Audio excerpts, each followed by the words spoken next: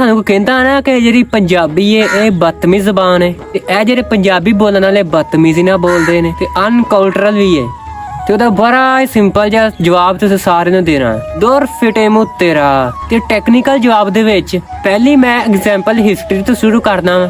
ਤੇ ਪੰਜਾਬੀ ਨੂੰ ਅਨਕਲਚਰ, ਅਨਕਾਊਲਡ ਜਾਂ ਬਦਤਮੀਜ਼ ਜਾਂ ਬਦਤਮੀਜ਼ੀ ਜ਼ਬਾਨ ਕਿਦੋਂ ਦਾ ਸਮਝਿਆ ਜਾ ਰਿਹਾ, ਕਿਉਂਕਿ ਆਜ਼ਾਦੀ ਦੀ ਤਹਿਰੀਕ ਯਾਨੀ ਇੰਡੋ ਪਾਕ ਦੇ ਵਿੱਚ ਬਰਸਗੀਰ ਦੇ ਵਿੱਚ ਜਿੰਨੀਆਂ ਵੀ ਚੱਲੀਆਂ ਨੇ ਤੇ ਜਦੋਂ ਆਜ਼ਾਦੀ ਦੀ ਤਹਿਰੀਕ ਚੱਲ ਰਹੀ ਸੀ ਉਹਦੇ ਚ ਕਾਫੀ ਲੈਂਗੁਏਜ ਸਨ, ਜਿਵੇਂ ਹਿੰਦੂ ਪੰਜਾਬੀ, ਹਿੰਦੂ ਸਿੱਖ, ਹਿੰਦੂ ਇੰਡੀਅਨ ਪੰਜਾਬੀ।